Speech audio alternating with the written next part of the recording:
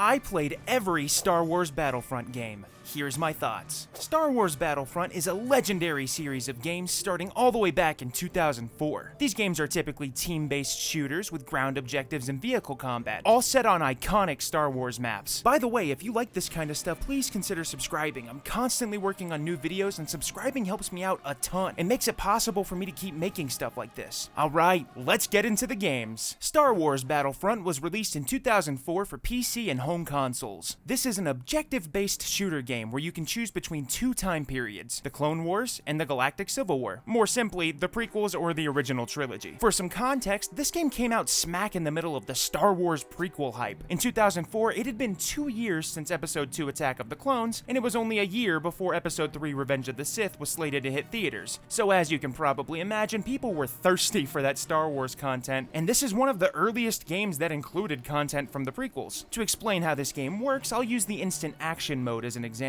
In instant action, the first thing you do is select the maps that you want to play. Once you choose a map, you can then choose the era that you want to play on that map. Some maps, like Hoth, only have one era, probably for lore accuracy. Once you've selected your map and eras, you can then start the game on the first map you chose. Once you're in, you choose a side. Also, before I forget, you can play in either first or third person modes, but I generally prefer third person, at least in this game. Now that you're in game, you can choose one of the troops that your faction has available. Most factions have a standard soldier with a blaster rifle, a sniper, a heavy weapons soldier, and a pilot who can repair vehicles. In every faction, there's also usually a special unit with a different kind of kit. For the clones, for example, there's the Jet Trooper, who has an EMP launcher and a jetpack. The CIS have droidekas, who can roll around and shield just like in the movies. The Rebels have Wookiees, and the Empire have shock troopers. Every unit usually has a couple of weapons and a supporting equipment item. Usually the secondary weapon will be a blaster pistol that doesn't use ammo, but instead a heat mechanic that requires it to cool down every so often. There's also a bunch of vehicles that you can choose from littered around the map, including AT-ATs, AT-STs, land speeders, and even tauntauns. There's also mounted weapons that you can use to take out infantry and sometimes other vehicles. Once you're in a battle and you've chosen your unit, you then choose which command post you want to spawn at, but only the command posts that your team holds, which are green in this game. The overall goal is to capture the command posts around the map for your team or to deplete the enemy's reinforcements entirely, which you can see at the top of the screen. If the enemy still has reinforcements but your team captures all of the command posts, there's a countdown timer to your victory, and unless the enemy can recapture one, it's a guaranteed win. You can find these droids kind of scattered around that'll heal you and resupply you if you hang around them. Additionally, downed units will usually drop a healing or ammo item too. I think the gameplay loop in this is simple but effective and super excellent. There's something about finding a groove and just mowing down enemy units. It's super arcadey but still feels tactical at times. Visually, this game looks pretty great for when it was released. There's a really iconic look to the old Battlefront games, and it's not just the nostalgia. The world looks and feels like Star Wars, even though some of the maps are a bit basic in geometry. The presentation is great in general too. The menus all have this cool holographic screen look to them, and when you load into maps, you get this fun zoom-in sequence on the planet that you're playing on. The music is also fantastic, which, I mean, is not a shocker since the soundtrack is almost entirely music directly from the movies, and in overall sound design, the game holds up really well too. There's the obvious sounds of ships and gunfire, but there's even stuff like the ominous noises of Darth Vader's breathing when he's on your team. While you're in battle in general, you can hear someone over the radio pretty much at all times narrating and giving you updates. Depending on your faction, the voice changes too. The only real weak spot is that every character of your faction has a nearly identical voice, and at least for the Rebels, the women even have the same voice as the men, just kind of pitched up for some reason. Anyways, this game has single player modes, a local split-screen multiplayer option, and an online multiplayer mode. The single player modes are Historical Campaign, Galactic Conquest, and Instant Action. Historical Campaign is a series of missions with an interwoven story, and by story, I mean the actual footage from the movies. I'd show it to you, but I also would like to continue having a YouTube channel, so I'm sure you can understand. The missions themselves actually take place on the standard battle maps, and they don't really go outside of what you could do in the more straightforward non-story modes. But it is fun to have a little bit of extra context and framing for these missions beyond just mindless fighting. Plus, the actual enemies are sometimes changed too, like on Naboo, all you fight are Gungans, or in the Plaza, just the Palace Guards. Completing missions in the Historical Campaign unlocks special features. These are basically just stills and concept art from the movies. And while it's not anything too crazy, it is nice that they put a sort of mini gallery into this game, because that kind of thing is right up my alley. I do love me a nice gallery mode. Galactic Conquest mode is what I'd consider a bit primitive, but still fun nonetheless. In this mode, the goal is to take over the whole galaxy on your chosen galactic map. The faction that you play play as depends on which map that you chose, and once you've chosen a map, you can then choose almost any planet to attack. Every planet has some kind of bonus or modifier that you can unlock for conquering it. For example, on Tatooine in the first campaign, you get Darth Vader as an ally on your team. Then, after you've unlocked the bonus and you choose the planet that you want to attack next, you can choose a planetary bonus. These include things like sabotage, which damages enemy vehicles when they spawn in. If you've chosen either the Empire or the CIS, you can actually choose to destroy an entire planet after a few victories. Again though, the mode is fairly basic, but it definitely gets expanded later on. I already covered instant action at the beginning, so what's left are the multiplayer modes. The PlayStation 2 actually has the capability for online play, and you can create online games, but unfortunately I couldn't get it working properly. It does look like it works like a standard offline game, including AI troops on both teams. PC, on the other hand, you wouldn't believe my surprise when I saw a handful of players actually playing this game online in 2024. Maybe it's because of the new Battlefront collection they just announced, or maybe this game just has some ridiculously loyal players. It was a pleasant surprise, even though the actual player numbers were pretty sparse. Split-screen multiplayer includes all of the standard modes, but with split-screen support for up to 2 players. As a little side note, I remember playing split-screen mode as a kid with friends, and it would almost always devolve into us just trying to kill as many of our teammates as possible to end the games as quickly as possible. I have no idea why we found that so fun, but playing this reminded me of that, and honestly, it's kind of hilarious and a testament to how good these games are. Even playing them entirely wrong was really fun. Overall, nowadays, I'd say that Battlefront is still a really good experience. There's a great solid foundation for the future of the series here, and when you're playing the game, the battles still feel like Star Wars. I don't really know how to explain it. Maybe it's nostalgia, maybe it's just an indicator of how good Battlefront is.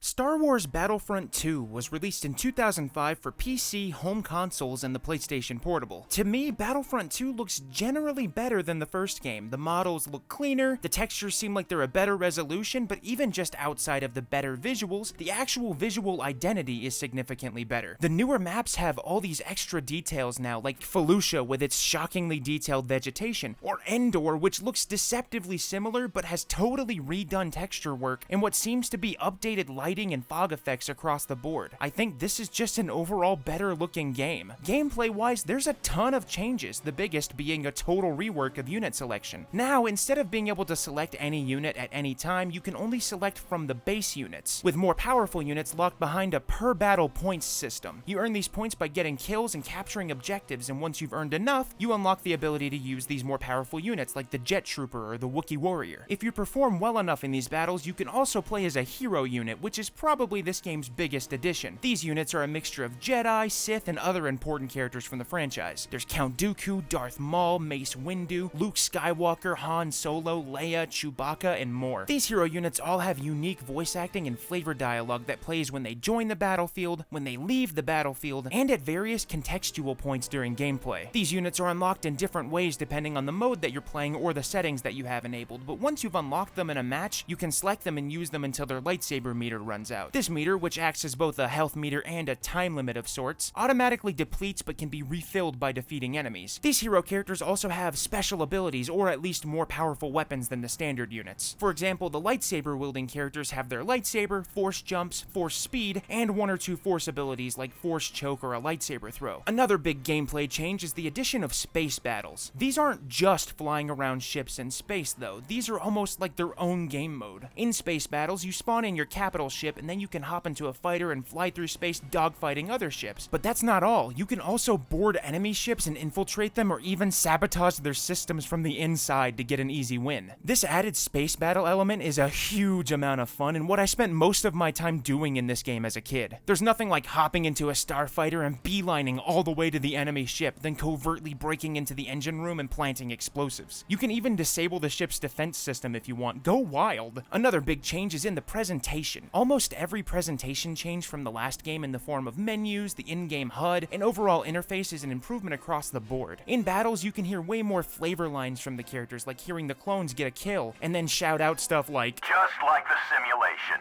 My only real gripe is that they took away the fun transition scenes in the loading screen. Moving on, there's a full single-player campaign that focuses on the clones' 501st Legion. In fact, the story actually starts during Episode 3 and crosses over with the events of the movies quite a bit. The story unfolds with cutscenes cutscenes that are actually original this time around and not just ripped from the movies, but also they mostly just use in-game footage and images. The actual missions are similar to standard command post gameplay, but with some added objectives. Some of the objectives include things like destroying shield generators or getting an important item from one place to another. The story missions also include some space battles, and what I find interesting about this is that for some reason, you have the ability to just outright skip these battles. Maybe someone on the dev team thought people might not like the space battles and just wanted to be safe. Either way, it's really interesting that you can just bypass them entirely, but I personally didn't because I obviously really enjoy the space battles. What I find most interesting about this campaign though is the narration that you hear during the scenes. It's a clearly conflicted unit of clones who know that they're gonna turn on the Jedi, but they have to maintain a facade of order to stay loyal to Palpatine. The story is kind of broken into two distinct halves. You play firmly in the prequel era until the end of Order 66 where you have to betray the Jedi. Then the story transitions into original trilogy territory. I think using the 501st Legion's perspective was a super novel idea and definitely perfect for covering all the big story beats in a unique way, especially because the story has you flip from being the good guys to the bad guys. You help Obi-Wan Kenobi defeat General Grievous only to turn around and help exterminate the Jedi. Then you're helping the Empire wipe out the remaining Jedi, both with movie stuff and stuff that happened off-screen. Sure, it's probably not all canon anymore after Disney reset everything, but it's still really neat and a great storytelling device that isn't just focusing on the Skywalker family or something. Moving on, Galactic Conquest returns in this game, but it works a bit differently now. Rather than just selecting a planet to go to, you have almost a strategy-like interface where you move your capital ship on a game board. You can move your ships once per turn. Some spaces are just empty spaces for movement, while others have game maps that you play to conquer them. You get a credits bonus for winning the battle and conquering a planet, and these credits can be used to buy bonuses like health regeneration, access to hero units, and even stuff like auto turrets at allied command posts. You can also use the credits to outright buy access to units themselves, since you start out with only a standard base unit available in the matches. You can buy up to 3 bonuses at a time, but you can only use 1 during a match. Bonuses are also consumable, meaning that you have to buy it every time you want to use it. Finally, if your ship and another ship occupy the same space, you have to have a space battle where you can take out the enemy ship. This mode is a lot of fun and adds a brand new layer of depth to an already pretty fun mode from the previous game. I wouldn't say the strategy element is intense or complex, but it does definitely make a difference. This game introduces some new modes that can be found in the instant action mode, and 2 of them specifically piqued my interest. The first is Hunt mode. In this mode, the goal is to hunt as many of the creatures on your chosen planet as possible. On Endor, you're hunting Ewoks as the Empire. Of course, you can also play as the creatures being hunted and really turn the tables. It's actually hilarious watching the Ewoks throw spears and then get said spears replenished with a resupply droid of all things. The other mode is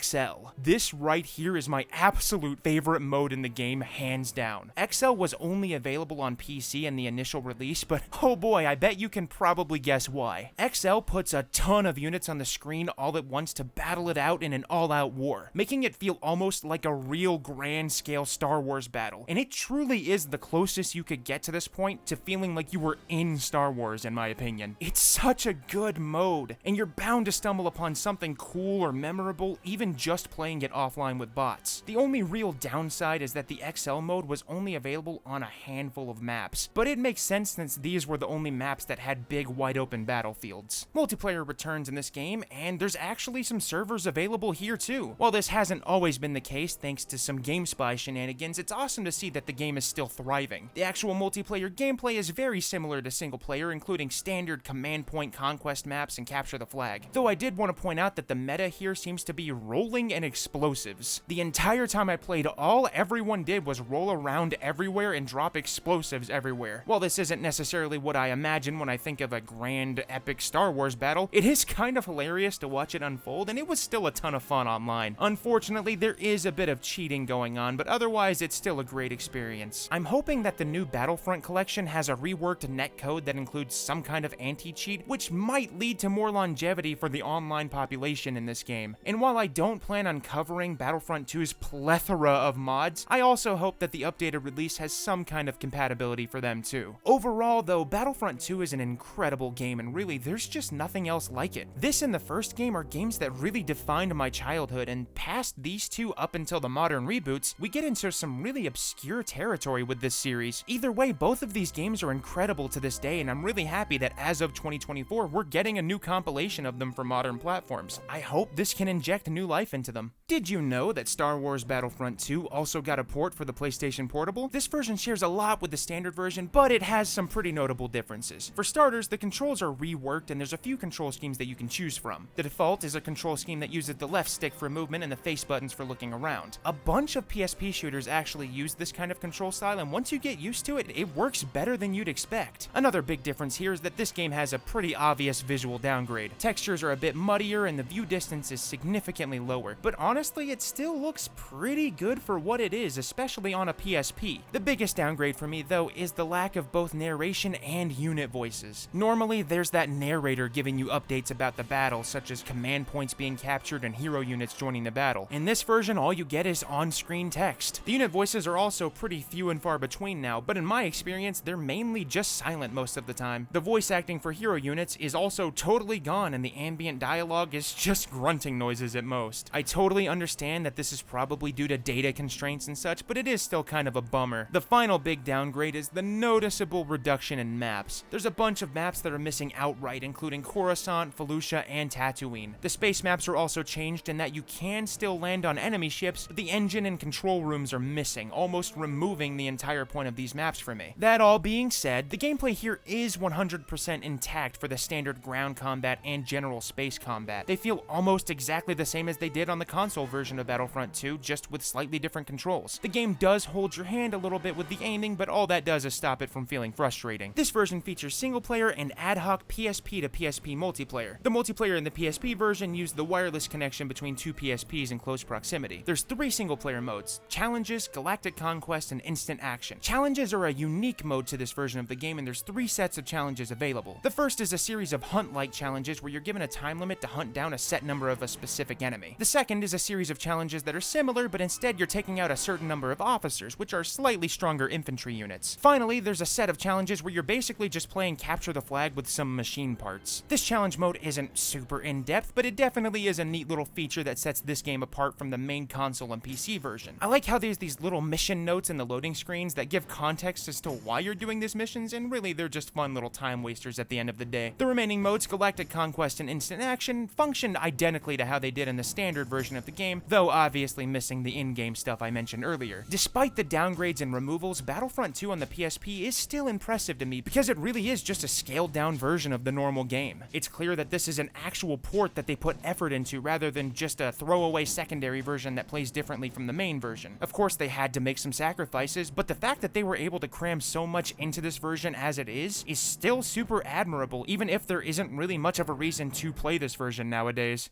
Yeah, we're going there. Star Wars Battlefront 3 was in development by Free Radical Design, a development studio that was mostly known for the Time Splitters games. Free Radical got quite a ways into development too, but unfortunately for a variety of reasons, the game was never finished. Fortunately for us though, an alpha build of the game eventually found its way online, and well, here it is. So keep in mind, this game was completely unfinished, and who knows how old this build actually is compared to what the developers were working on. Additionally, Xbox 360 emulation is still kinda rough, so some of the issues I run into here could be because of the game, because of the emulator, or a mixture of the two. I did download some mods that were supposed to fix some of the biggest issues, but these are very early and a work in progress at best. The people who made these mods are a super dedicated part of the Battlefront community called the Free Radical Archive, and you can find a lot of this stuff on their Discord server. For starters, we can see that the menus are actually pretty polished at this state. There's menus for single player, multiplayer, an extras menu, and more. The single player modes were to include a campaign, training mode, Galactic Conquest, Instant Action, Challenges, Free Play, and Jedi Arena. The gameplay here is obviously pretty rough, but this game was actually going to do some groundbreaking stuff in my opinion. The biggest thing? Seamless surface-to-space battles. You could take any ship and fly right into space and dock in a Star Destroyer. That is insanely cool, and it pains me that this isn't something that you can do in even the newest games. Clearly they had gotten it working here, and this game isn't even done. Space and aerial combat are also intact and work similarly to how we've seen in the past, though now you can lock onto the ship that you're fighting. I noticed that they really liked just ramming me though, and that's how I died pretty much every time. I tried the hero characters and they seem to be in the most rough shape. They don't really have any AI if they use a lightsaber, and using them feels really weird too. You can kind of just swing wildly or hold down the left trigger to lock onto somebody and use different moves by flicking the right stick. It's super rough and not very fun or easy to use, but I can't really criticize it given that this is again an unfinished game. There is an entire hero versus hero mode, but it's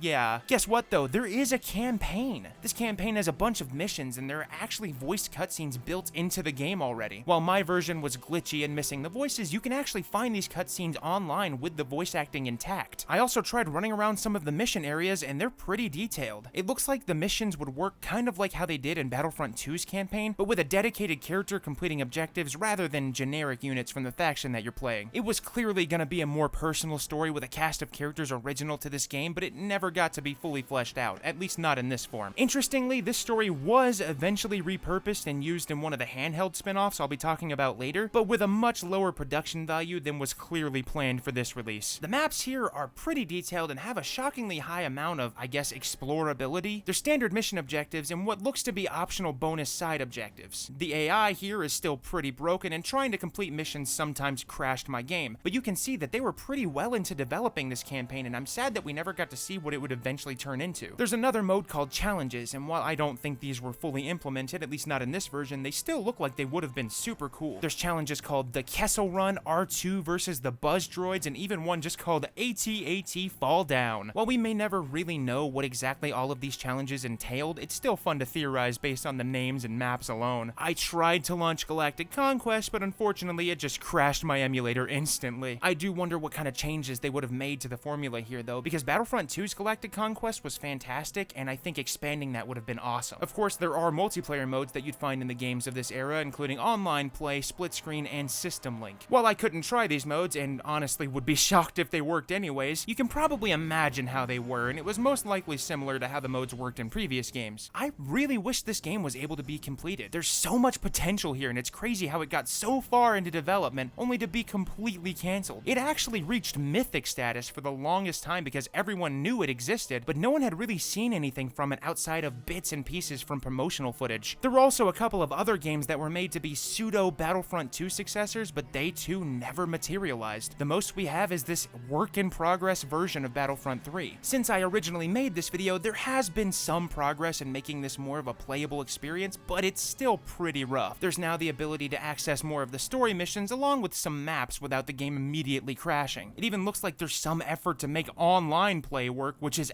absolutely insane. This is still incredibly rough though, and not what I'd consider even remotely playable. If you have the means and the know-how and don't mind tinkering, I do recommend taking a look at this and at least checking out what could have been. Star Wars Battlefront Renegade Squadron was released for the PlayStation Portable in 2007. Developed by Rebellion, who is nowadays best known for the Sniper Elite series, this is the first Battlefront game that wasn't a numbered entry and was built, to my knowledge, specifically as a spin-off, or at least as a side entry. Visually, I've gotta be honest here, at first glance, this game is pretty rough in my opinion, at least compared to Battlefront 2 for the PSP, which came out a couple of years earlier. The models are significantly lower quality, and the textures don't fare much better either. Supposedly the draw distance is a little better, which I can sort of see, but it's really not that noticeable and actively dragged down by just how low poly and janky everything looks. But I can get over lesser visuals. What's harder to stomach is the gameplay. This feels like it's definitely inspired by Battlefront, but there are some notable differences. Some good, some bad. For starters, the controls are a bit rough, but definitely passable. There's a couple of control scheme options, and one of them is reminiscent to the way Battlefront 2 on the PSP handled it, but it still feels really off for one specific reason. This game has kind of an old school aim lock system where you automatically choose a target if you're aimed in their general direction. Problem is, this makes pointing a reticle at a target feel super clunky since where you're aiming almost doesn't matter. If you aim up or down, it automatically centers the aim after about a second too. Sometimes this is fine, but sometimes you're trying to aim a rocket at an AT-ST and it will automatically move the aim to between its legs, missing it entirely. This leads to the aiming feeling super unresponsive and like I'm having to fight it the whole time. The core gameplay loop is solid because it's just the same conquest mode, but it just feels really off to play because of these controls. The game did have some interesting ideas though, like getting rid of classes entirely. Instead, you now have a single customizable unit using a points system. The way this works is that you can now choose a primary weapon, a secondary weapon, an explosive type, a special item like a jetpack or health and ammo drops, and then you have power-ups that work almost like perks. There's also health, speed, and capture rate boosts that give you a solid stat increase to that specific specific attribute. However, everything you equip has a points cost, and you can only have up to 100 points at a time. The more powerful or potent the boost or item, the more points it takes. This gives you a ton of player agency, and I personally enjoyed maxing out the speed and capture rate, getting rid of every weapon except for my primary blaster to make room for them. Another cool thing this game does, while not necessarily new, is the reintroduction of flavor dialogue from the units on the battlefield. They're now just as vocal as ever, and it works wonders for immersion. This game still nails the atmosphere, and while the visuals and gameplay are clunky, the overall feel of the Star Wars world is definitely something they still pulled off. There are 3 main single-player modes in this: Instant Action, Campaign, and Galactic Conquest. Instant Action is functionally identical to how we saw it in previous games, which is really nice actually. The Campaign mode is, as you can probably guess, the story mode, and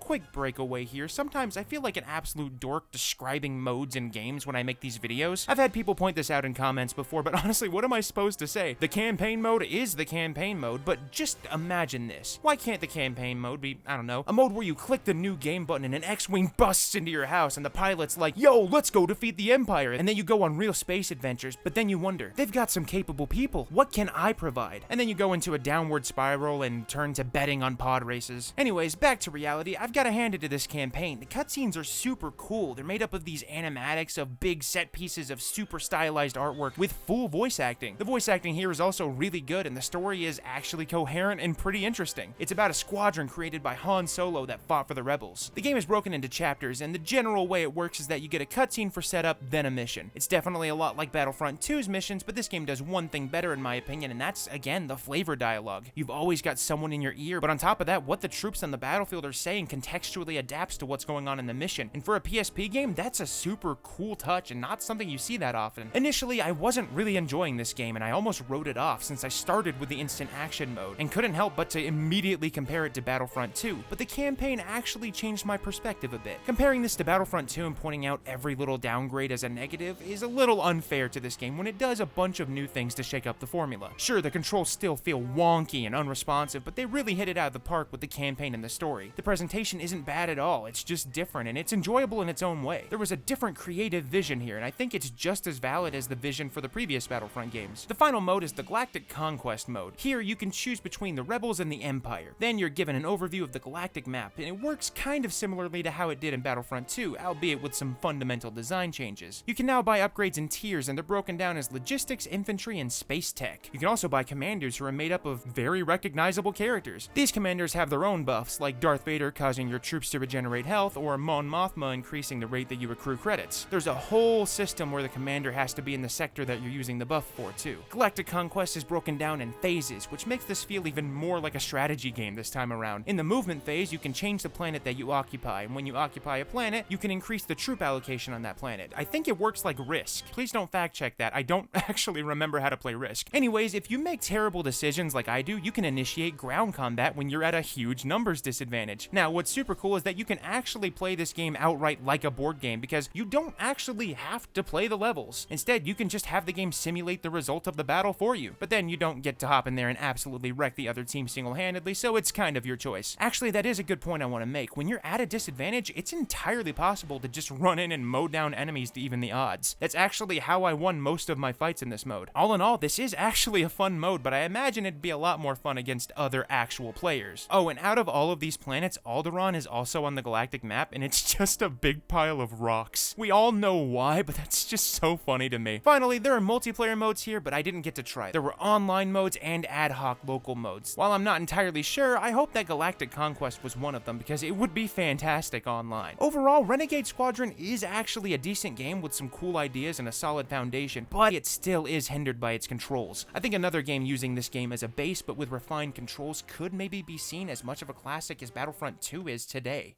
Star Wars Battlefront Elite Squadron was released for the PlayStation Portable and the Nintendo DS in 2009. I'll be talking about both, but first let's dive into the PSP version. For starters, this game has a really cool intro. Well, it's more like the title screen to menu transition, but it's still really cool. Visually, this game not only has a much better draw distance than any previous PSP game in the series, it also has a massive visual upgrade from Renegade Squadron. I think this is the best of both worlds because the model quality and texture detail are comparable to Battlefront 2, but there's also the much nicer draw draw distance. I assume this is due to progress made in the technology behind the scenes, and the devs being able to squeeze more out of the PSP as time went on. I also immediately noticed that there's a lot of flavor dialogue and just the overall voice dialogue in this game, both in the campaign and standard modes. There's so much talking and it's wonderfully immersive, and I found myself appreciating that more and more. It just does so much for making you feel lost in the Star Wars universe, even if it is a small-scale PSP game. As far as the gameplay goes, this is kind of an evolution of Renegade Squadron's gameplay. There's an improvement in that the game makes it super obvious as to who you're aiming at, but under the surface, it feels very similar. The aiming feels slightly less janky, but I think that might be more just the UI being a bit more intuitive. One big change I noticed, though, was that your character actually seems to physically hit enemies if you're shooting at someone right in front of you, which is a neat touch. Unit customization is back, but this time some of the customization items are locked behind campaign progression. Space fights have slightly different controls, but I got the hang of them pretty quickly. However, this game does one huge thing that I think should be standard in Battlefront: planet-to-space battles, actually implemented in a full game. You would think that this would be a no-brainer for Star Wars Battlefront, but this is the official first time we've ever seen it. And if you remember what I said earlier, you'll probably understand why. This game has the same modes as Renegade Squadron: instant action, campaign, and galactic conquest. The campaign is by far the most interesting mode in this game, solely because of the story and the fact that it's basically just adapted from the canceled Battlefront 3. You play as X2, a clone trooper who was actually derived from the DNA of a Jedi. He doesn't know this, of course, but the story unfolds in a really cool way. You start out as just a clone doing missions for the Republic, then you're helping in Order 66, then you defect and help the Jedi. It's a really awesome overall story, and I really hope that we get a story like this in the future, because I'd love to see the possible implications of cloning Jedi in the wider Star Wars universe. Hell, I'd love to see them just adapt this story again outright. Clearly this is the Cliff's Notes version, and I imagine the full console version would have been more fleshed out. I do have some complaints about jank in the campaign mode, but they mostly just boil down to some levels feeling a bit half-baked. But a really cool overall story more than makes up for that, in my opinion. The actual story format is similar to Renegade Squadron's in that you get a cutscene, then a mission, then a cutscene, etc. But this time we have full motion cutscenes and even some standard in-engine pre-rendered scenes. Of course, most of the full motion scenes are shots from the movies, but it's still great for world building and tone. Oh, and as you progress through the story, the main menu actually changes to reflect how the characters have evolved in their look, which is a detail that they didn't have to do at all, but I love this so much. Instant action mode works as it has in the past, but because of gameplay changes, you can now choose from 3 starting areas depending on the map: interior, space, and ground. It's also been shaken up a little bit. One of the main objectives is still capturing command posts if you're playing on Conquest, but now you have a secondary objective of taking control of an ion cannon to destroy the shields of a capital ship. Interestingly, the ships themselves also have their own command posts, so the maps are almost broken up into 2 distinct sub-maps. It's essentially a blend of Battlefront 2's space and ground maps just pushed together into one package. Finally, there's Galactic Conquest. This is similar to Renegade Squadron's Galactic Conquest, but with some small, mostly visual differences. You can now purchase upgrades called one-shot bonuses, and while these are super expensive, they're also very helpful and powerful. One of them skips the enemy player's turn, one allows the player to play as a hero unit for an entire battle, and one outright neutralizes an enemy planet entirely. This version also has scenario missions, which have specific objectives and difficulties. I like that these have their own opening crawl, which is a nice extra detail that feels like one of those things again that the developers didn't have to do but chose to anyways, just to go the extra mile. I've mentioned this a bit already, but this is basically Battlefront 3 in about as complete a form as we'll ever get. The story campaign and the characters in it are taken directly from what we saw in the alpha build of Battlefront 3, and from what I've read, the developer basically just salvaged everything they could from that project. This game also has this pseudo surface-to-space transition, which is one of the things that Battlefront 3 was supposed to have, albeit in a more seamless form. A fun note is that apparently you can even find the Battlefront 3 logo in this game's files. Of course, there are some things that this game took from Renegade Squadron, and who knows if that would have been the case if Battlefront 3 was never cancelled, but I think it's for the best for this game. It serves almost as a sequel to Renegade Squadron with distinct improvements, and tells a really great story that we otherwise might never have gotten. On the PSP, this feels like a fairly major upgrade to Renegade Squadron, and I definitely prefer it, at least gameplay-wise. The story mode is an absolutely huge upgrade though, and definitely worth playing, even if there is a little bit of jank there. Either way, this game feels like its own thing, rather than a weird attempt to emulate Pandemic's Battlefront 1 and 2, and building its own identity makes it stand out as a much more solid title to me.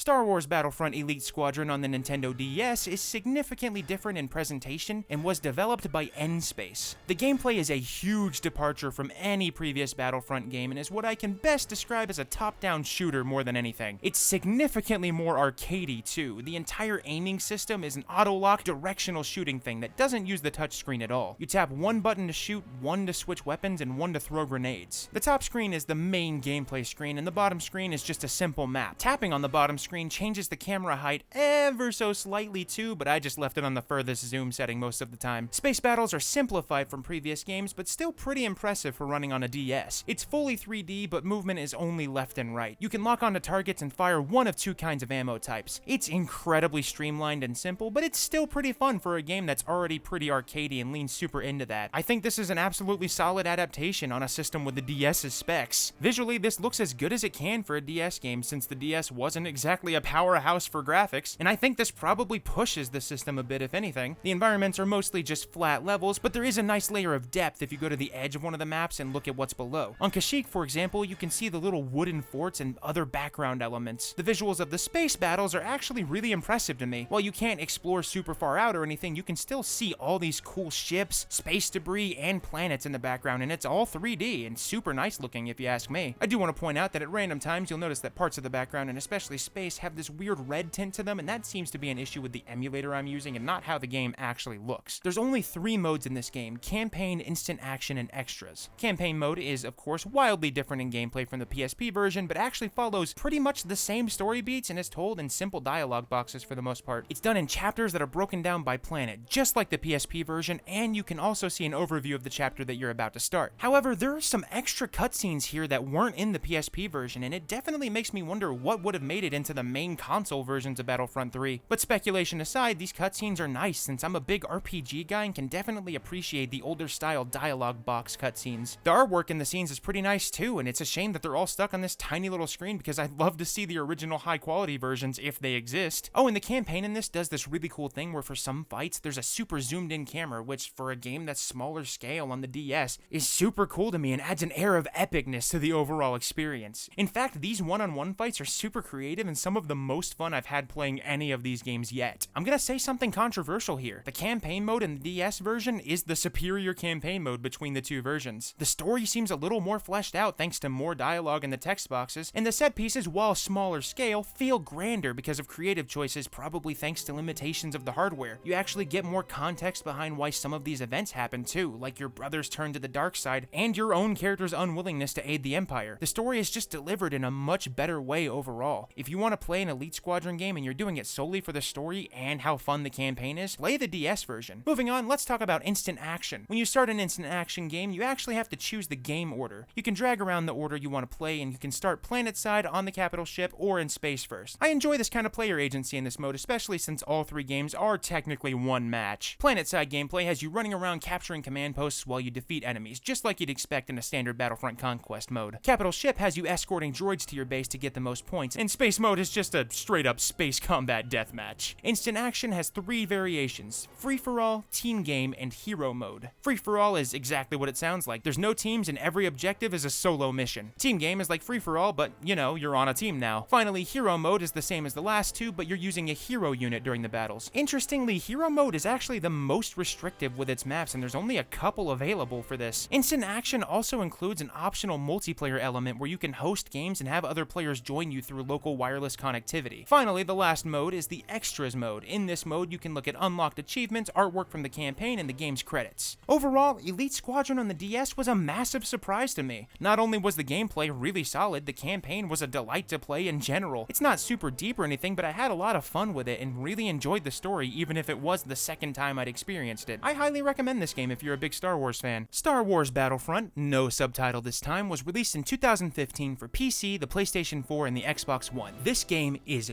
gorgeous. This is, in my opinion, one of the best looking games I have ever played, hands down. Not only that, but the whole presentation package of this game is just fantastic. Let's focus on visuals first. Everything is in a photorealistic style. The landscapes are incredibly true to the source material, yet somehow enhanced, probably due to the fact that you're actually playing on them. Look at Endor, for example. There's this huge amount of vegetation and foliage, and it feels like you're actually wandering through a real forest at times. As you look around the environment, you can see these towering trees with realistic lighting, and the landbound ships have this massive sense of scale too. Just seeing them on the map evokes this feeling of grandeur. Even the combat looks really good and makes you feel so immersed despite the chaos. Every blaster shot has an explosion of heat particles, then the rain kicks in and you see these beautiful rain effects dripping down the exterior windows and the bunker, and it's all enhanced by absolutely masterful sound design. The sound mixing in this game is something that I always have and always will rave about. All the obvious stuff like the iconic Star Wars blaster noise and the giant mechanical sounds aside, just the environmental noises are wonderful on their own. For another Endor example, you can hear the water rushing in the distance or the faint sounds of Ewoks in the trees above you. I think that regardless of whether or not people like how the DICE Battlefront games play, no one can deny that they nailed the aesthetics. This game is beautiful top to bottom. As for gameplay, there's a few things I need to explain because it is a bit different from the games that we've seen before, though on a basic level, this is still a first or optionally third-person shooter with a few modes that have different objectives. This game goes for the no classes approach, instead opting for a single customizable unit, and when you first spawn into any of the game modes as standard infantry, you can choose from one of a selection of different weapons. These include standard blasters, blaster pistols, heavy blasters with longer ranged scopes, and even shotgun type blasters that are great at close range but not so great at medium to long ranges. For equipment, this game uses a cards system called Star Cards, where all of your loadout abilities are represented by mini card sets that you can customize. These cards include standard equipment such as grenades and missiles, but also extra single-use weapons and even outright stat boosts and upgrades. Unfortunately, you don't have access to all of the Star Cards right off the bat, and you're very limited in what you can use at the outset aside from the default loadouts. The rest can be unlocked once you reach the level requirement and have enough points to unlock the card, or via hut contracts, which I'll explain later. This can make progression feel pretty slow though. To get into specific details, I'm going to break it down into three sections: infantry, heroes, and vehicles. Infantry is the on-ground soldiers who can equip Star Cards. They have access to up to 3 Star Cards at any given time, and while some are endless with a cooldown, some have limited uses. Fortunately, you can find Star Card replenishment upgrades in most of the modes lying around the battlefield. Ground combat is pretty straightforward and is the arcadey run-and-gun goodness that you'd want. When you fire your weapons, there's a cooldown mechanic where if your weapon overheats, you can simply wait for it to cool down, or you can chance doing a tactical reload sort of thing, where you press the reload button at the exact right time. If you succeed in the check, your weapon is instantly ready to go. If not, there's a time penalty. It's a big risk-reward system and adds a little layer of strategy to a mostly straightforward gameplay experience. While playing as infantry, there's sometimes buffs that you can find around the maps that give you extra items outside of your Star Cards, including placeable turrets or the ability to spawn an aerial vehicle. Infantry can also hop onto various weapons like turrets or land speeders, though unfortunately there doesn't seem to be any kind of deployable space vehicles like TIE fighters or X-Wings outside of the cards that let you use one, which is something that I do miss from the older Battlefront games. Heroes work a little differently from infantry. They play almost similarly to the original Battlefront games, but with one key difference. In this game, there's a sort of combo system called a trait for each hero that gives you a different buff depending on the hero that you're using. There's also 3 total levels of each trait, and they stack to become more and more powerful, but the timer for each level goes down faster and faster as you progress. This means that you have to get combo kills even faster to maintain it. If you stop getting kills, eventually the combo will reset and you'll lose the buff until you get kill combos again. As for specific kinds of buffs, some examples are Luke Skywalker getting increased running speed, while Chewbacca gets an increased number of bolts in his boltcaster weapon. Boba Fett gets a buff to his radar passive, which reveals enemy locations, and Darth Vader gets a defense percentage buff. The way the heroes control differs depending on which hero you're using. Some heroes are lightsaber-wielding heroes, while others are heroes with enhanced weapons and kits. They're also all played in third person, regardless of which hero you're using. Instead of using Star Cards, the heroes all have different secondary abilities that aren't customizable. These include force powers like Force Push and Force Choke, lightsaber throws, and lightsaber lunges. Non-lightsaber heroes have abilities like Boba Fett's jetpack and flamethrower, or Chewbacca's ground pound melee attack. Finally, there's vehicle combat. This works about the same as we've seen in the past, just tweaked and balanced a bit to fit the new gameplay systems. Every vehicle has different strengths and weaknesses, and all handle a little bit differently with different weapon sets. While using a flying vehicle, you can use the lock-on button to lock on to the nearest enemy ship, but the lock-on is time-limited and has a cooldown. This means that you have to be sure you want to engage an enemy and have that enemy roughly in your sights before you lock on to them. The weapons on the vehicles also have an overheating mechanic, but these don't have the tactical reloads like infantry do, probably for balance reasons. While there are space battles in the DLC, the base game only has aerial battles above planets. I don't own the DLC because I really couldn't justify buying it when the game unfortunately doesn't have much of a player base anymore. The game modes are multiplayer, missions, and skirmish. skirmish. Oh, and there's only one era represented in this game, so we only see stuff from the original trilogy. There's also a bit of Rogue One bonus content since the movie was released around the same time, but that still basically falls in original trilogy territory. As I mentioned, the game's multiplayer servers are unfortunately pretty dead, which means that all the footage you're gonna see here is gonna be offline. Thankfully, it's still entirely playable offline outside of, I believe, one mode, which is the 40-player multiplayer mode. These offline modes apparently have an optional co-op element to them if you have a friend that owns the game, but I'll be playing these solo. The first offline mode is Missions mode. Missions mode allows for 1 to 2 players to take on either battles or survival. Battles are broken down into standard battles and hero battles with 3 difficulty levels: normal, hard, and master. Both modes are similar, but in one you're using standard infantry, while the other you're using a hero unit the entire time. The goal is to gain 100 points before the other team, and to get points you have to find and kill enemies around the map. Once you've killed them, you have to pick up the emblem they drop. If you don't pick up the emblem, you don't get the points. You can also deny the enemy from getting your own team's points if you pick up a friendly down unit emblem first. It's pretty much just kill confirmed for you Call of Duty fans. As you progress further and gain more points, the mode also seems to become more and more difficult as enemies get better at aiming and get better kits overall. They seem to kind of bunch together more too, attacking you in big packs all at once from multiple directions. There's a secondary objective where you can find 5 hidden collectibles scattered around the map. These are usually found off the beaten path, but getting all of them gives you bonus points at the end. The next solo mission mode is Survival, where you have to survive 15 waves of enemies with a limited number of lives. Every wave gets progressively harder, with the enemies getting better and better firepower. By the last wave, nearly everyone you're up against has a jetpack and a personal shield. Every few rounds, there's these drop pods that'll land somewhere on the map. You have to claim these and then protect them until the timer's up. If an enemy gets close, they can take over and claim the pod for themselves. If you successfully protect the pod, it drops 3 power-up cards that you can use at any time, including stuff like more powerful grenades and turrets. Once you've completed all of the waves, you finish the mode and get points depending on the difficulty you played. There's also the collectible emblems as an additional challenge for extra points, and if you play higher difficulties, there's a reward for completing the mode without using any of your finite lives. The other set of single-player modes are called skirmishes, and these include Walker Assault and Fighter Squadron. In Walker Assault, your goal is to either protect the Walker if you're on the Empire, or destroy it if you're a rebel. Regardless of which side you're on, one of the main objectives is to protect the uplinks stationed around the maps. If the rebels activate the uplinks, it summons a ship that immensely weakens the walkers and makes them super vulnerable to blaster fire. If the round ends and the walker is still up, the Empire wins, and if the walker is destroyed, the rebels win. There's various pickups in this mode like all the other modes, but a notable extra one is the hero pickup. If you find this power up on the map, you're able to use a hero unit of your choice. However, the unit only gets 1 life, and if you want to use them again after they're defeated, you have to hunt down another pickup. Squadron Assault is a straight up starfighter only game mode. In this mode, it's a big ol' firefight with other ships, and the entire goal is to destroy as many as you can to get to 200 points first. At various times, allied or enemy transports will show up, and destroying the enemy transports nets you extra points, while protecting your own does the same. This mode also has hero pickups, and these allow you to use iconic ships like the Millennium Falcon and Boba Fett's starship. While I have covered the modes I was able to play, there is one extra mode I want to mention called Collection. In Collection, you have the Unlock screen and the Diorama screen. In Unlocks, you can customize your star card loadouts, and you can customize your unit from both infantry factions. These customization options are pretty limited, but it's nice to have the option to choose how your characters look. You can also mess with emotes for each character, and while this is nice, it's kind of defunct since there's barely anyone playing this game online anymore. Finally, there's HUT contracts. This is a menu where you can enable contracts for points that are basically challenges. These challenges include getting kill streaks with certain weapons or gaining points in a certain kind of mode. Once you've completed a HUT contract, you can turn it in to unlock special weapons and star cards. Star Wars Battlefront was EA and DICE's first foray into making a big Star Wars game post-Disney, and it's not a bad game overall, it just has its quirks. I distinctly remember the star card system being heavily criticized around release, and honestly, I kind of agree. It felt really grindy just for the sake of being grindy, and while I couldn't really show that off here, I played this game quite a bit around launch, and the star card experience was miserable and a grind, and it just wasn't fun, at least not for me. Back when the servers were actually populated, I remember a lot of really lopsided matches, because some people had unlocked significantly more powerful upgrades than my team had, and just wiped the floor with us. We didn't stand a chance. The gameplay itself outside of the star cards is pretty fun. Infantry gameplay is responsive and feels good, and the active reload system adds another level of engagement beyond just mindlessly firing your weapon. Playing as a hero unit especially feels really good, and I think the game really shined at this. Unfortunately, I do remember playing this online back at launch and basically never getting to play heroes in the standard game modes, because using them was based on performance, at least at the time. Though, a special point I need to make is that this game is missing what is probably the staple mode that defined the earlier Battlefront games, a conquest mode. In this game, there's no command posts to capture or ships ships to sabotage. That's something that I think might have hurt this game's overall reach, and it's wild that DICE made this decision given that Conquest mode is core to the identity of their Battlefield games. Either way though, I just can't gush enough about how insanely beautiful this game is. The immersion from the visuals and sound design are top notch, and this game really shows that regardless of gameplay quirks, DICE knew what they were doing in the presentation department. Does that alone make the game worth playing? Honestly, maybe. If there was more of an online user base, I could see even more of an argument for revisiting this today. Star Wars Battlefront 2 was released in 2017 for PC, the PlayStation 4, and the Xbox One. I just want to preface this by saying that I'm going to be covering this game in the state that it's in today. While normally this would be a given, this game is kind of a special case. When it first released, it was what I'd consider to be the poster child of a game that suffered from tone-deaf, way too aggressive monetization tactics. Thanks to an immense amount of backlash, the game got reworked pretty much entirely and, in my opinion, is better because of it. But again, I will be talking about this game in the state that it's in right now, not previously. Visually, this game is still incredibly beautiful. I think a lot of that is thanks to the fact that there's way more environmental variety because it actually includes all three of the main Star Wars eras. That being said, I do feel like something was lost in the transition from 1 to 2. I can't really put my finger on it, but everything feels a bit more sterilized in a way. Maybe it was a lighting downgrade in the engine or something. If I had to guess, it is a lighting change of some kind, and also the fact that they seem to have made an effort to significantly tone down the number of blasters and explosive particles. Of course, there's now the super sleek aesthetics of the Clone Wars and sequel trilogy locales and spaceship interiors, which have their own wonderful style with all kinds of shiny surfaces and smooth architecture. I do miss the super lush Endor map though. That aside, the ambiance of the environments and the insanely nice sound design are still here, and honestly, after a while, you forget that there's any difference at all. And it could just be my imagination too. The game still looks fantastic. As for gameplay, mechanically the game feels really similar, but there are some additions. For outright changes, this game now uses a class system akin to the original Battlefront games. There's a variety of classes to choose from, and each class has its own customizable loadout. There's a bunch of new weapons that you can use, and reloading weapons has also gotten a slight rework. There's still the tactical reload, but there's now a secondary kind of reload that lets you overclock your gun and shoot it without overheating for a limited amount of time. The trade-off is that the window for hitting the little button is a lot smaller and it takes a lot longer to reload this way. This means that if you're under heavy fire, it can be a lot more risky to wait for that secondary reload. This game also uses a points system just like the original Battlefront 2. The more powerful vehicles and units can be spawned in using these points, but there is a limit to the number of total hero units that can be spawned in at any given time. Fortunately though, this system feels pretty fair, and while I didn't always get to play the hero units exactly when I wanted, I never felt like they were completely inaccessible like the last game. The heroes still play similarly to how they did in the last game, but the combo system's totally gone and they're now upgradable by leveling them up and upgrading their cards. Speaking of, this game brings back star cards, but they work a little differently. Now, every unit type and hero has their own card loadout. As you play a unit, you raise that unit's level and unlock more and more cards to use. You can also earn points that can be used to unlock more cards. However, once you've unlocked a card, you then can increase that card's level by using more points on it. Every card has a progression system, and it actually feels pretty good to level it up and see your cards getting stronger and stronger over time. I have a gripe with the card system though. While this is an improvement from the last game, it's still very flawed. The existence of the cards in general means that the battle's gonna be skewed towards those who have more powerful cards. If your kit is objectively better than other players' kits, you're obviously at a huge advantage. Even if I'm outplaying someone else with pure skill, they still have a big statistical advantage if their cards are a higher level than mine. Being able to customize everyone's loadout is really cool, but at the end of the day, I really just wish there was a mode that had preset classes with specific loadouts in an arcade style like the original games. That's not even getting into the fact that the game feels, I don't know, unbalanced in general. Without showing you hours and hours of footage, the best way I can explain it is that some weapons are just objectively worse than others, and the difference is sometimes staggering. This means that there's pretty much no point in using anything but the most powerful weapons at any given time, leaving less room for creative loadouts. Of course, if you're a new player, most of the weapons are locked behind progression, which means that you're stuck using inferior weapons and naturally weaker card loadouts, and you just get absolutely pummeled for the first few hours. While I still had fun when I first started this game, I can't help but to imagine that this has to have discouraged others from continuing to play the game, leading to possibly an overall less active long-term community. I didn't mention this much when I was talking about the last game, but the unit quips and dialogue is really nice in these games. The characters say things that adapt to the situation, and when you're using hero units, there's even character-specific dialogue between them. And anyone who knows me knows I love character-specific dialogue, and this game's banter is phenomenal.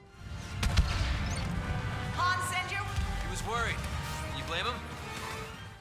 It's even better in the campaign for obvious reasons, but I'll get to that in a second. As you play the game, you earn credits that can be used to unlock customization options for the characters and units. You can also unlock customization items through specific milestone missions too. There's a ton of customization options for almost every single unit and character. In fact, they went as far as to embracing the Clone Wars aesthetic with some of the characters. While not everyone gets extra customization outside of battle cards, there's a lot more than I expected here, and it's a really pleasant surprise. A fun note is that hero units have voice lines, and they actually sound different sometimes depending on the character's outfit. For example, Kylo Ren's voice sounds different depending on whether or not he's wearing his mask, and they even went so far as to change the voice entirely for the younger versions of Han Solo and Lando Calrissian.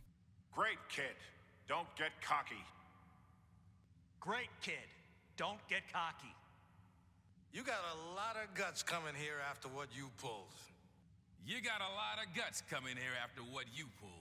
Moving on to modes, this game's got a bunch of multiplayer modes, but before I get into those, let's talk about the single-player campaign. For anyone that hasn't played the story mode and plans to, there will be some spoilers, so I'm just warning you now. The story is about a squad of stormtroopers called Inferno Squad, led by Iden Versio. Set at the tail end of Episode 6, and pushing further into the time period between Episodes 6 and 7, Iden and her squad see the Death Star destroyed in real time from Endor. In the fallout, Iden and another member of the squad eventually defect to the rebellion and end up contributing in some pretty major ways. I know this is kind of a divisive take, but in my opinion, this story is very polished. I honestly expected it to just be like the original Battlefront 2, where they repurposed the conquest mode with an overall narrative, but no. This mode is straight up tailor-made with unique maps and everything. There's optional stealth segments, scripted set pieces, and even some fun, slow narrative moments. It's broken up into chapters, and while it's not super long, there's a whole secondary story mode set decades later that unlocks after you beat the original story. The second mode's a lot shorter, but still just as entertaining as the first. I've seen some complaints online about this story mode, especially its writing, but honestly, it's really not bad. There's a ton of clever dialogue here, and while a couple of the things that happen are a bit questionable from a logic standpoint, specifically Operation Cinder, I feel like you could find similar issues with pretty much any fictional story. Either way, the writing is fine, and it serves the overall narrative well, and at the end of the day, it's just a fantasy space adventure. Loosen up. There's all kinds of really well-made cutscenes and huge set pieces, and the voice acting and performances here are top-notch too, especially Shriv. I also really enjoyed the background characters' dialogue. Usually when you weren't in a firefight and just exploring the levels, there were a bunch of background characters doing various things, and nearly all of them had some kind of flavor dialogue, and sometimes there were even entire conversations. While there's a bunch of examples of this, it would take an entire video to go over them all, but I did want to point out one specifically. There's a level where you're playing as Han Solo and you're hanging out in Maz Kanata's castle cantina. Normally the mission objective is to get clues as to who you're supposed to talk to and progress the story, but as you walk past the patrons, almost all of them have unique conversations with each other, and this one's my favorite. You're like this? So, what brings you all the way out here? Good place to lie low. Can't cash in on the smuggler you can't find. Am I right? You have a bounty on your head? Hey, it's no big thing. 4 death sentences, couple angry huts, 1 angry empire. What about you? How'd you end up here? I come to the castle to find loudmouths telling the wrong people they're worth a lot of money. You're, bounty hunter? Finish your drink. It's the last one for a while.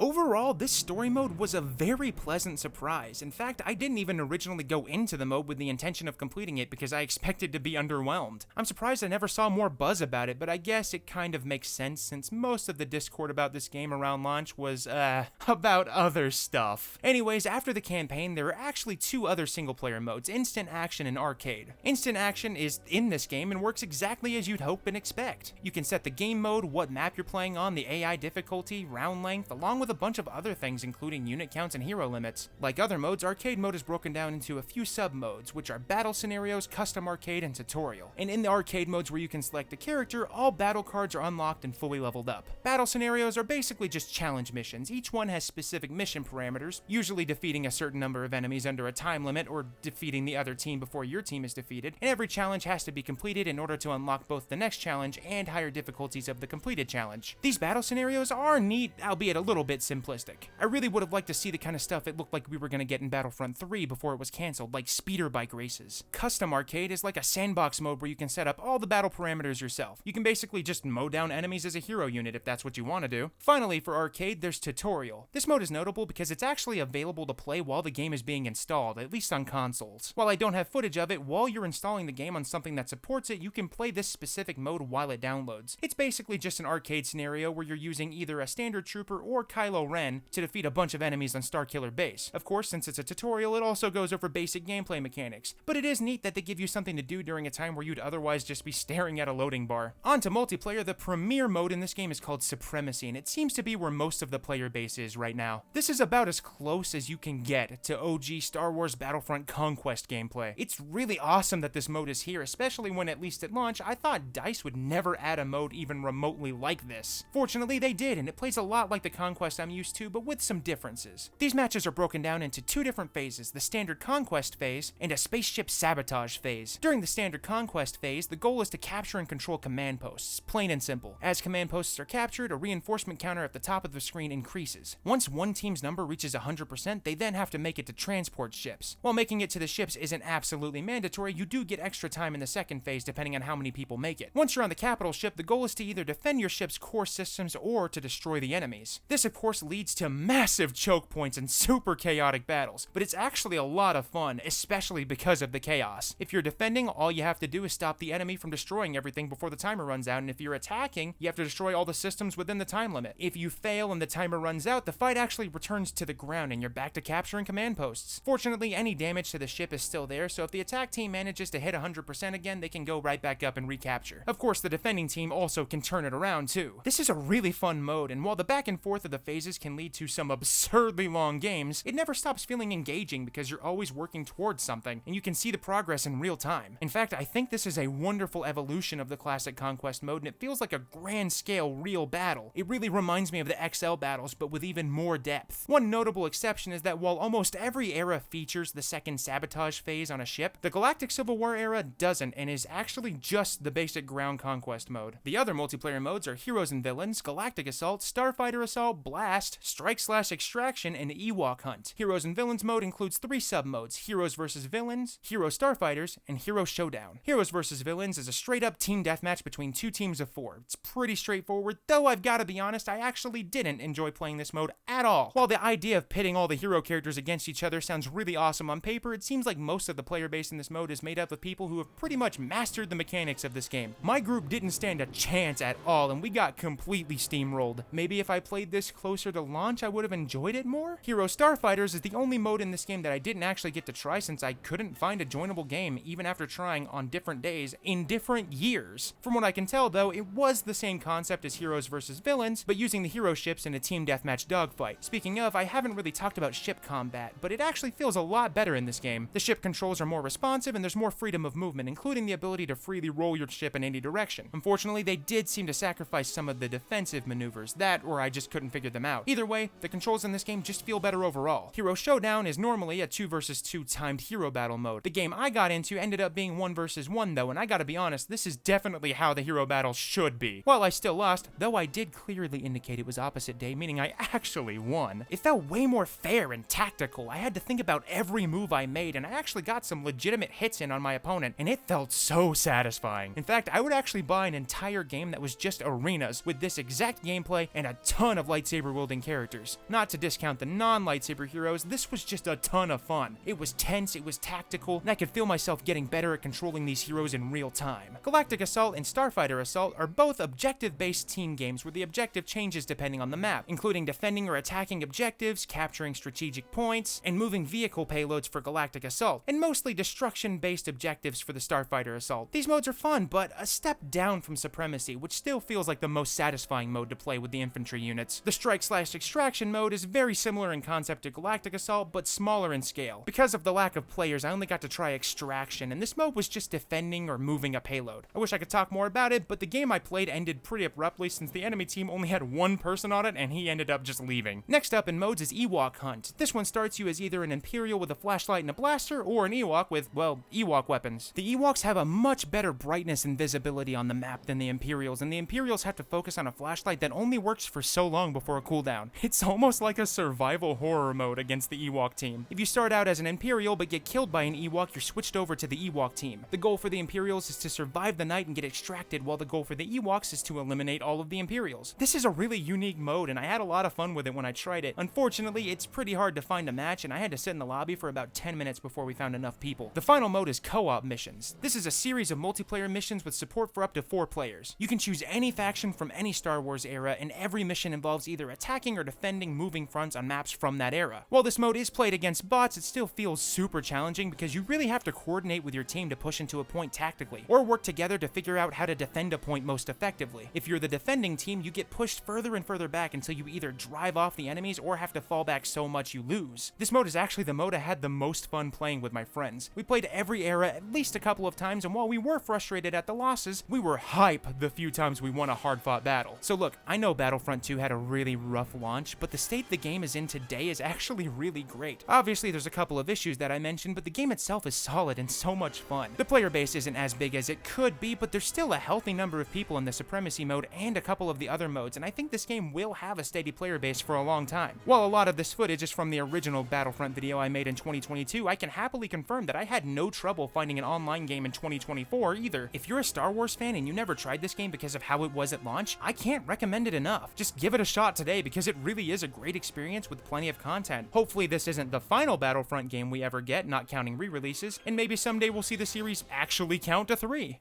There have been a couple of games that I wasn't able to play because, well, there's really no way to play them. The first is Star Wars Battlefront Mobile Squadrons, which there's not even really much information about this game out there. It was available to download on older AT&T phones, but nowadays it looks like even if you could find the game files, it's still not playable without the original servers. Another one I technically didn't get to play is Star Wars Battlefront 3. I know I played an early version, but there were actually a handful of projects from different developers that never fully materialized, including even a pre-development Star Wars Battlefront 4, believe it or not. It's a shame we never got another Battlefront game that felt like the original ones, and I hope that someday we can get a successor that's closer to the vision of the originals, but with modern production values. I actually did enjoy the EA DICE games, but a more arcadey entry similar to the originals with modern visuals would just be awesome. And that's it for every Star Wars Battlefront game. Battlefront's actually what got me into Star Wars as a kid. I had a PlayStation 2 demo disc that included a demo for Battlefront where you could play a quick match on Endor, and I played that thing over and over and over. At the time, I knew nothing about Star Wars, but I figured, I like this game a lot, might as well watch the movies, and the rest is history. Before I go, I really want to thank my patrons, including Lego My Mego and That's Ash in the Played Every Game tier, along with these absolutely wonderful people who definitely aren't scruffy-looking nerf herders. Thank you all so much for your support, and thank you, person who's watching this. I know I said it already, but if you like this stuff, please consider subscribing because I've got so many videos in the pipeline and I can't wait to share them with you. For now though, thanks for watching, may the Force be with you, and as always, have a fantastic day.